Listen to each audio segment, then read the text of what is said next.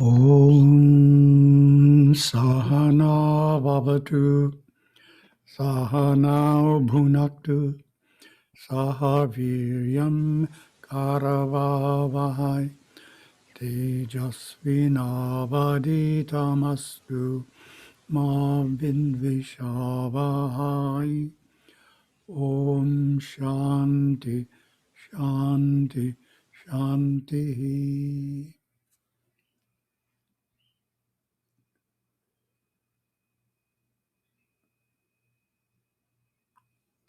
Welcome, everyone.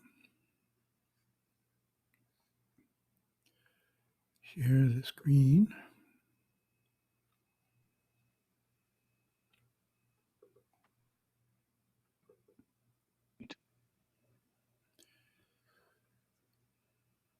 We should be seeing a picture of Yerevan Temple. Yes, beautiful. Oh, that's yesterday's picture, and shows the moss rock plinth. All the stones are in place. That's the west side there. Oh, it's featured item on Taka today. If you haven't looked for today's Taka, very nice photographs of Yerevan Temple. You get a sense of what it's going to look like when it gets surrounded by grass, etc. It's going to look quite stunning. What surprised me in all of this work, which includes the perimeter wall and the steps, can't see the steps in this photo, but some of the photos show the front steps, is that it extended the length of the temple in my mind. In my mind, the temple previously was just the main structure. But now you get the sense that the temple is the full length from one end of the wall to the other end of the wall, and even including the front steps. So it makes it much, much bigger in the mind. Very interesting how that works. And for those of you who don't know, the perimeter wall there, the granite wall, was an add-on by the replacement Stapadi. Ganapati Stapadi was the original Stapadi, and his replacement when he passed was Selvanathan Stapadi, who said you have to have a wall. You can't have a temple without a wall, even if it's a short wall. So that little afterthought added about 5 years to the project, in case you're not aware of that. Carving and shipping and assembly of the wall. Assembly of the wall took about 5 years.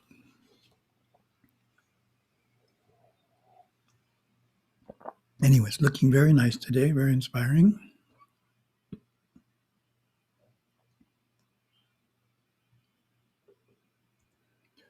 Oh, we're continuing, climbing the ladder of consciousness. We're up to part 7. And I've stopped giving an introduction because you've all memorized it by now. Ladder of consciousness and all the chakras. Oh, our first part in Ladder of Consciousness is called Chakra Cycles in Each Lifetime. This is drawn from Merging with Shiva, lesson 287, if you want to look it up. In the 7 cycles of a man's life, beginning at the time of his birth, his awareness automatically flows through one of these chakras and then the next one, then the next, and then the next. Provided he lives a pure life following Sanatana Dharma under the guidance of a Satguru. In reality, most people never make it into the higher 4 chakras, but instead regress back time and again into the chakras of reason, instinctive will, memory, anger, fear, and jealousy. Nevertheless, the natural ideal pattern is as follows.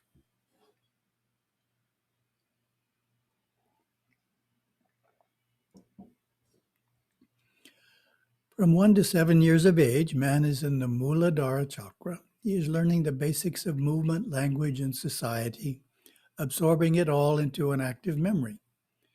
Patterns of the subconscious are established primarily in these early years.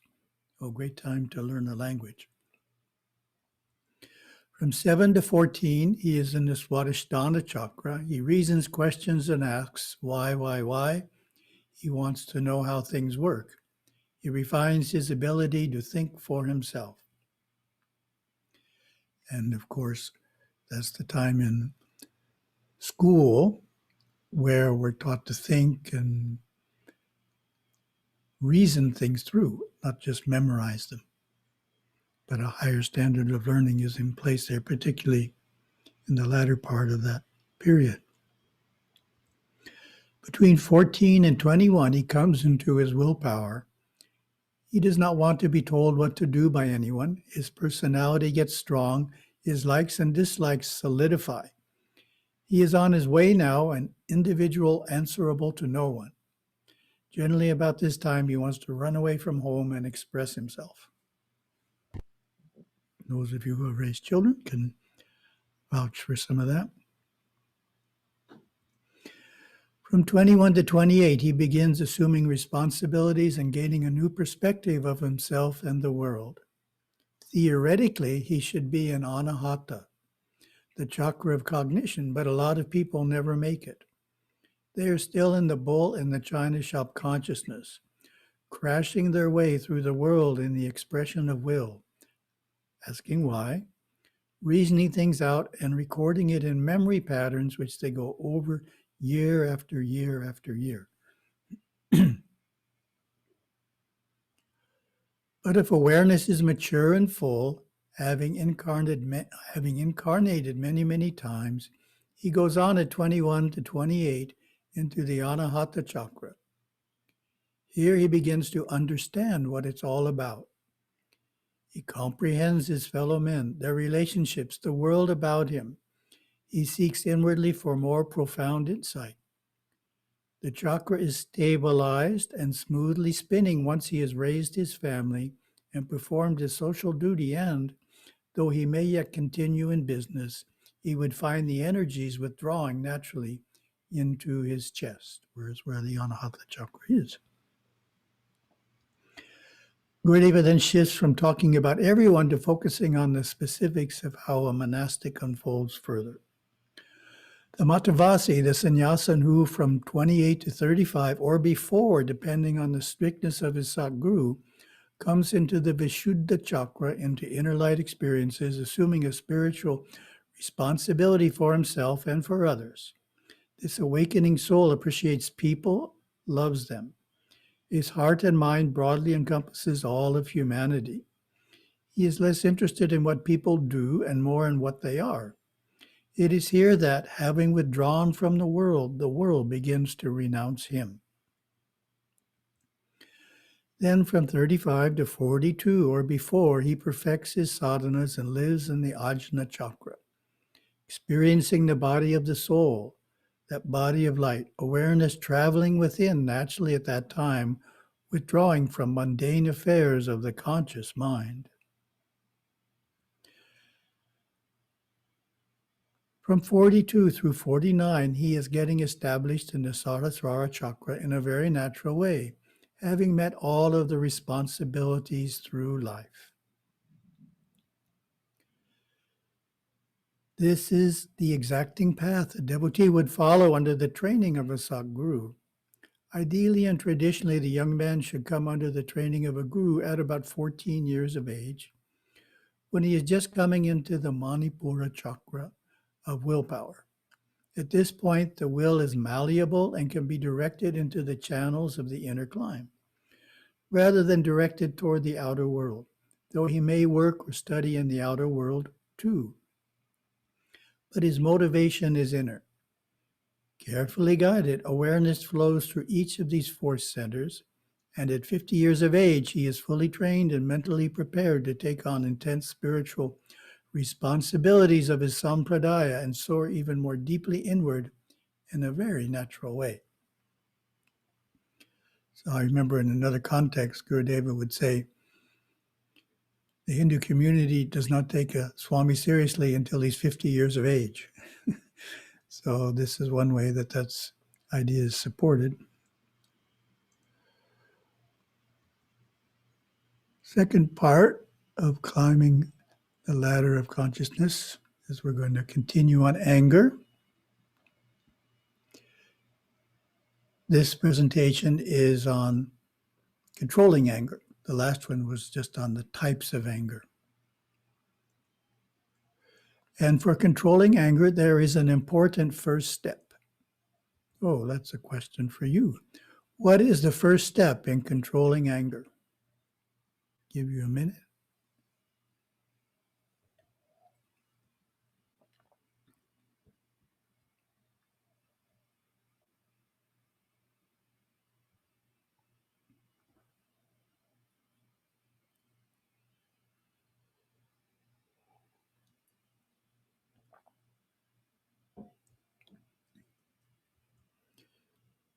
It is to acknowledge that anger is a serious problem that easily leads to violence and is a quality that should be totally absent from those dedicated to making progress in their spiritual life. We have to take it seriously that we're trying to control it.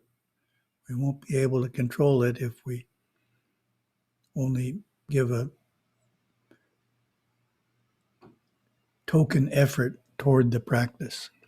So, gave the following advice via email to a devotee who was working to refrain from expressing occasional anger toward a parent.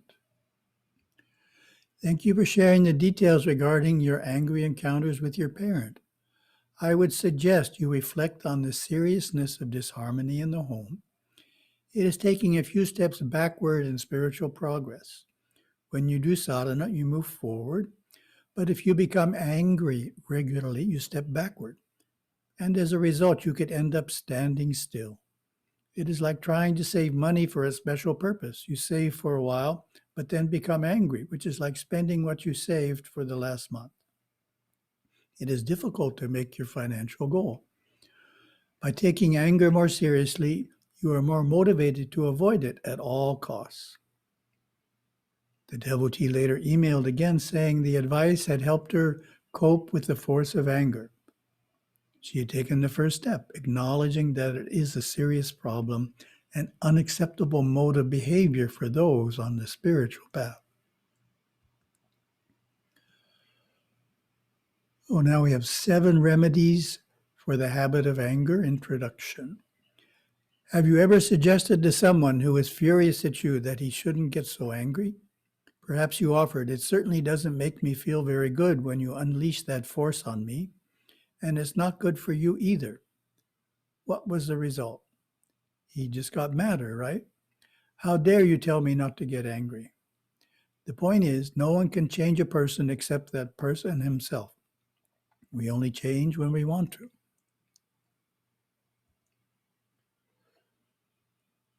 Controlling anger could well be viewed as the very first exercise in spiritual life because it stands so squarely between the soul and peace of mind while living in a physical body.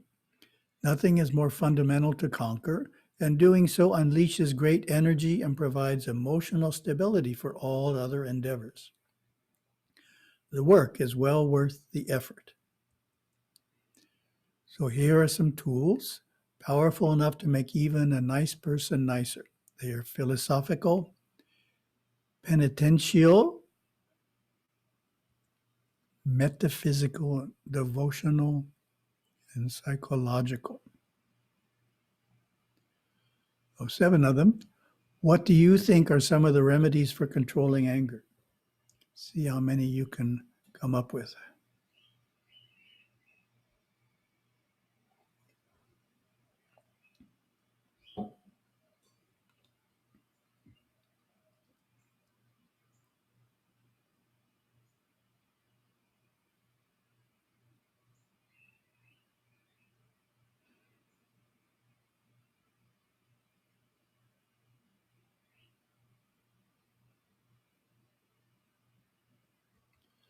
First remedy, affirm everything is perfect.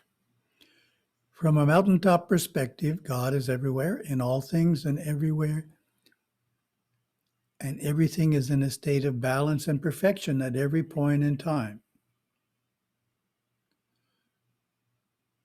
Firmness into wisdom regularly to cultivate patience and wise acceptance, even of situations that tend to arouse anger.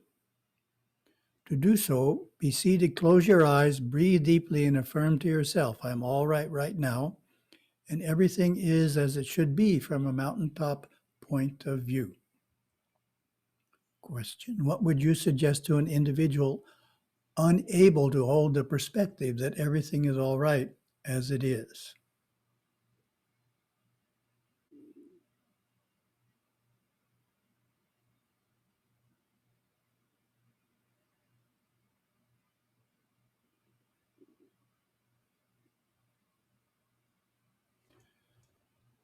So I neglected to put a slide in with the answer, so we'll have to give the answer looking at this slide.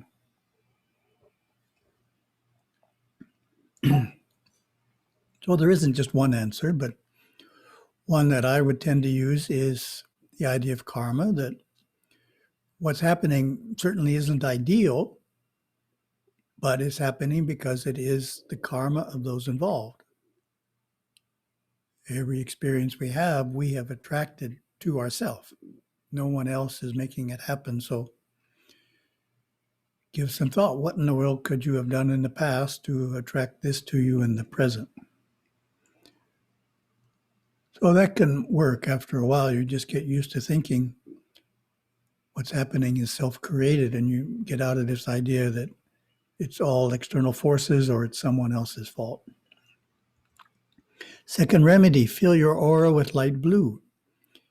If you are overtaken by anger and resentment, emotions which fill your aura with blackish red streaked with yellow, sit in meditation, breathe, and visualize light blue entering your aura and surrounding your body. The light blue will neutralize the fiery reds, and before you know it, the anger and resentment will be gone. Simply relax and visualize soothing blue radiating out from the center of your spine into your inner and outer aura.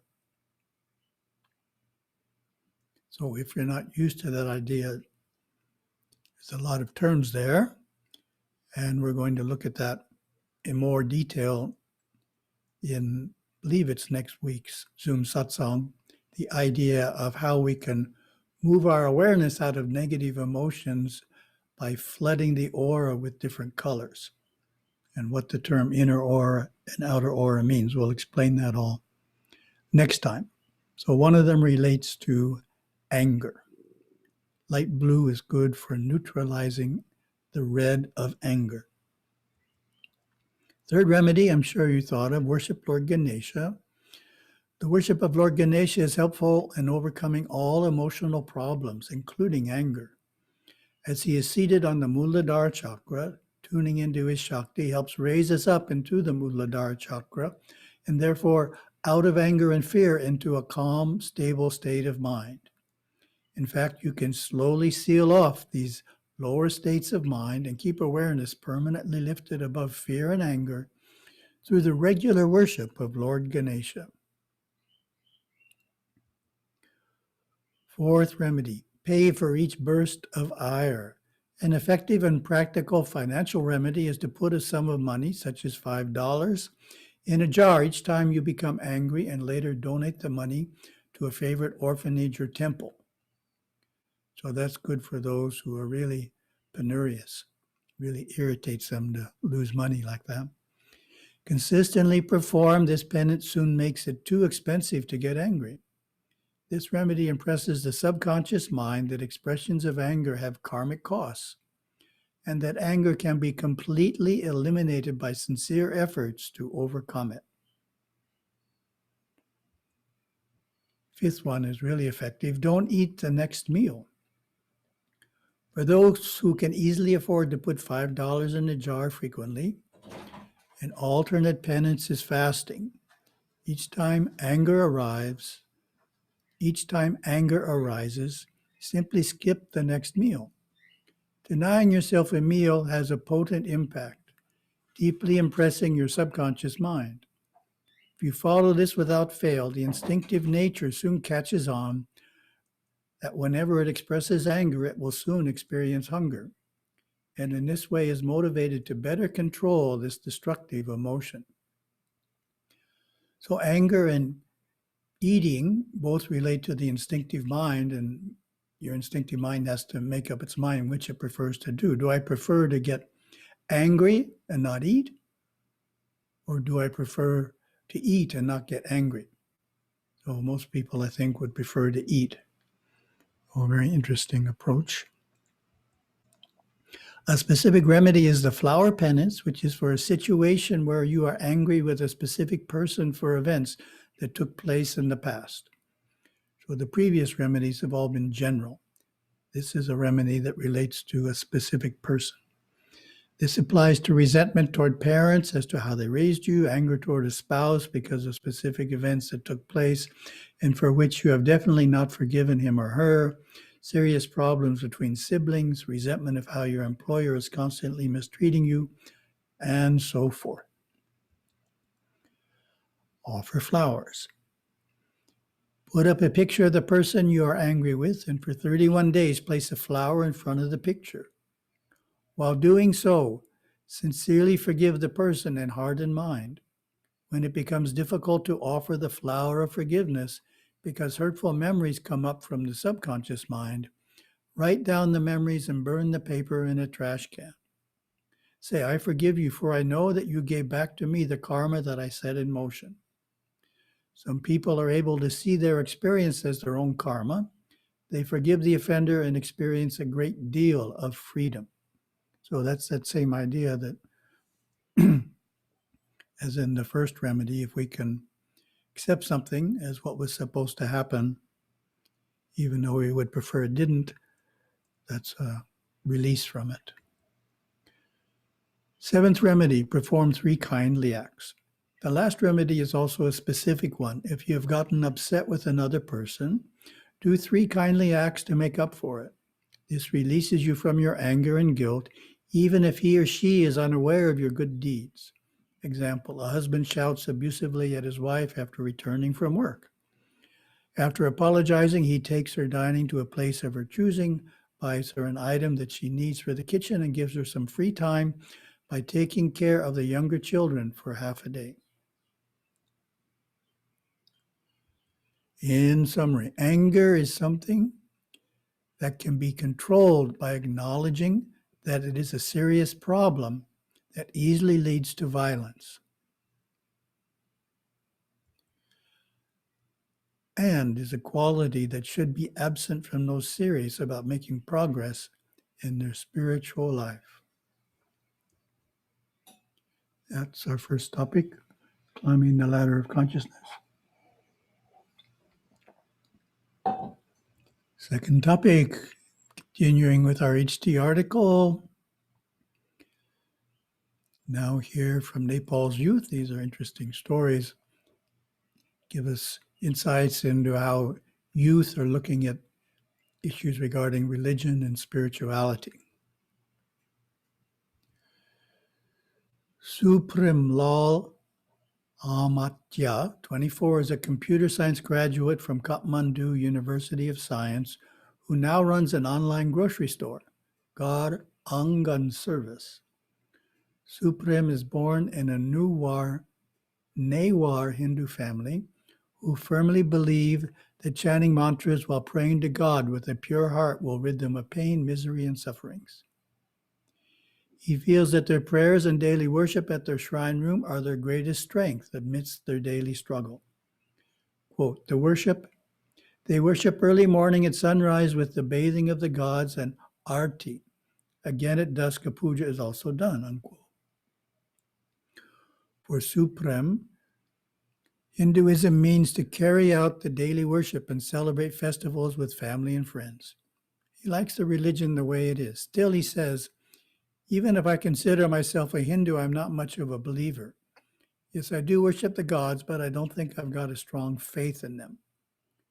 Buddhism also appeals to him because he says Buddha was born as a normal prince, but achieved something that no one else ever could.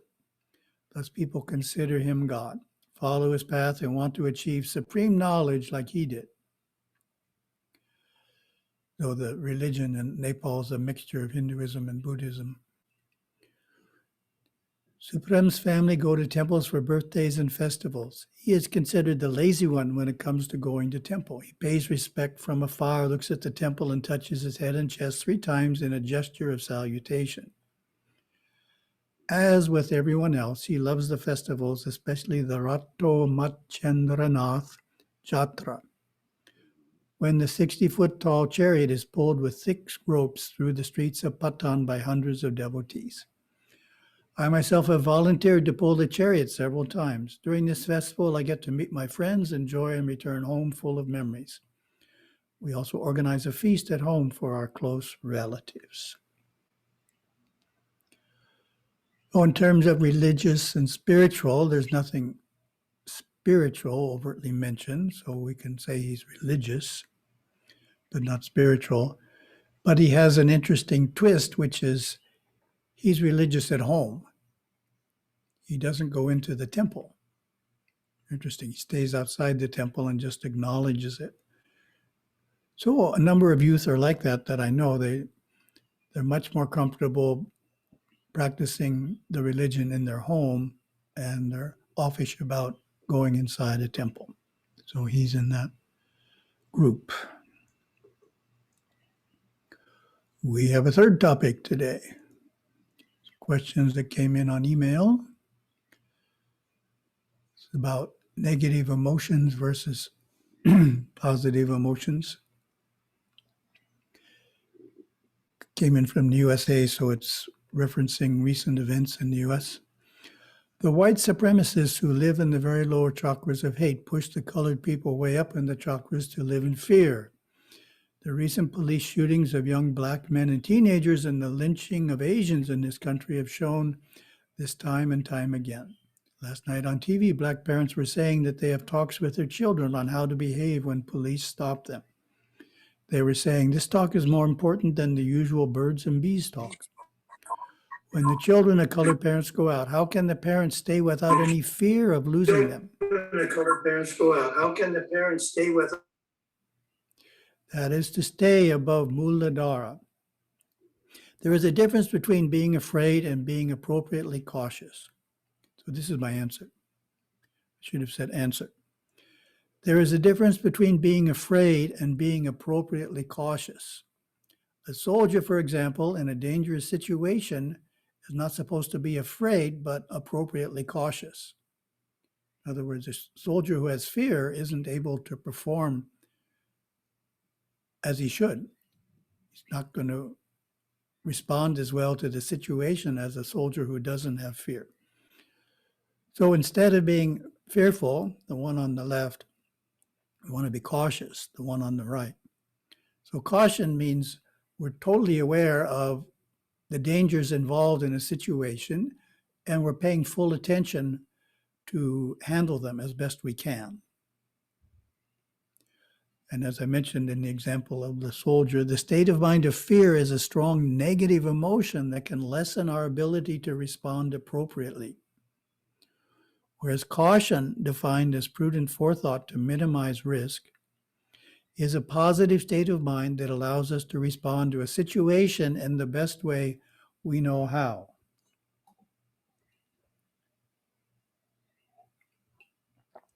And also, if the parents are having fearful thoughts about their children who are out, as we know, thoughts are felt by the people you're thinking about, so the children feel the fearful thoughts, and it can help make them more fearful. So that's not positive. We want to send a positive energy to the children, which is not fear, but train them to be cautious. I remember an interesting story with my only time in Durban, South Africa, staying in the Hilton Hotel. And in the room in the Hilton Hotel, there was a piece of paper which indicated which streets you shouldn't walk down. So some of the streets near the hotel were unsafe. So the hotel was helping you be cautious. Didn't want you to be fearful, but it wanted you to be cautious. It's saying, avoid these streets. They're not safe.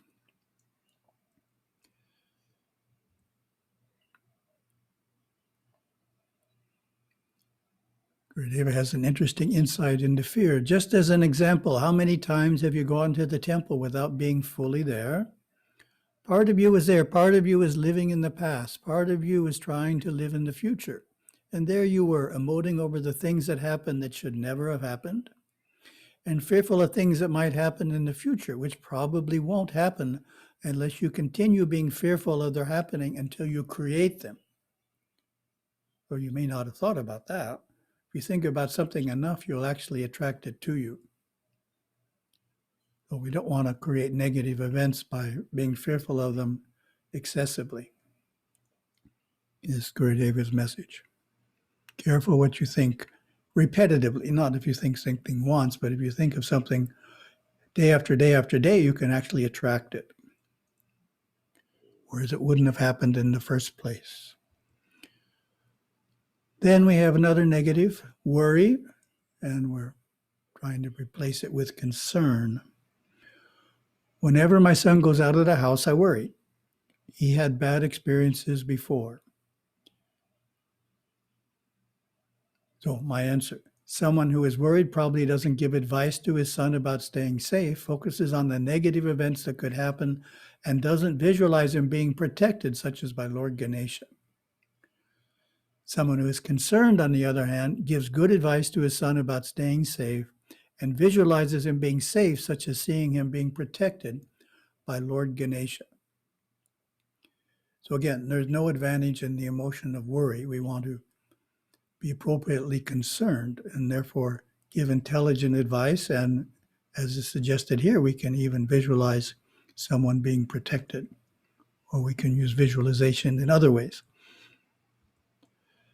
Let me share a story to illustrate. After the 2008 financial crisis, a mother was having a darshan session with me and mentioned her son, a financial analyst in Singapore, had recently lost his job, and she worried a lot about his finding a new one. Clearly, her worry was not helping the situation. I suggested she visualize him finding a new job. That is helpful. Taking that one step further would be to repeat an affirmation. My son has an excellent job with a new firm in Singapore. So instead of being worried, we can visualize him finding a new job. That's a much better way of helping than being worried. We're sending a positive image, positive thoughts instead of worry, which is a negative thought. And if we want to take it one step further, then we create an affirmation. So I put this idea in a publisher's desk. To rid ourselves of worry about a general situation, such as worry about the world running out of oil, the affirmation, "I'm all right now," is a good one. For specific situations in your life, a more specific affirmation is appropriate. For example, you were recently laid off from work. Thus, you regularly worry about finding a new job. When you find yourself worrying about finding a new job, switch instead to a positive visualization of yourself being hired, and develop an affirmation that utilizes the same visualization and repeat it every day as well. For example, I have a new job as an accountant for an excellent company.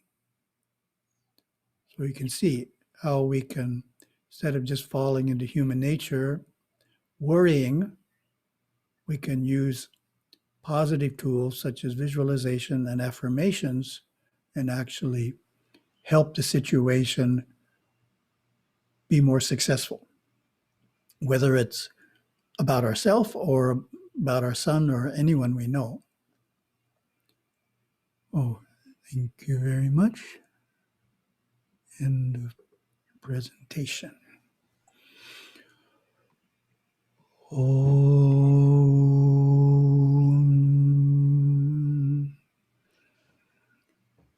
Om.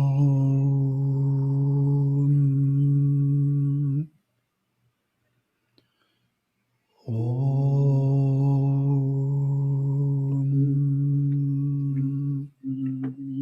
Thank you, Satguru. Thank you, Sadhguru. Thank you, Satguru. Welcome, welcome. Thank you, Satguru. Thank you. Thank you. Thank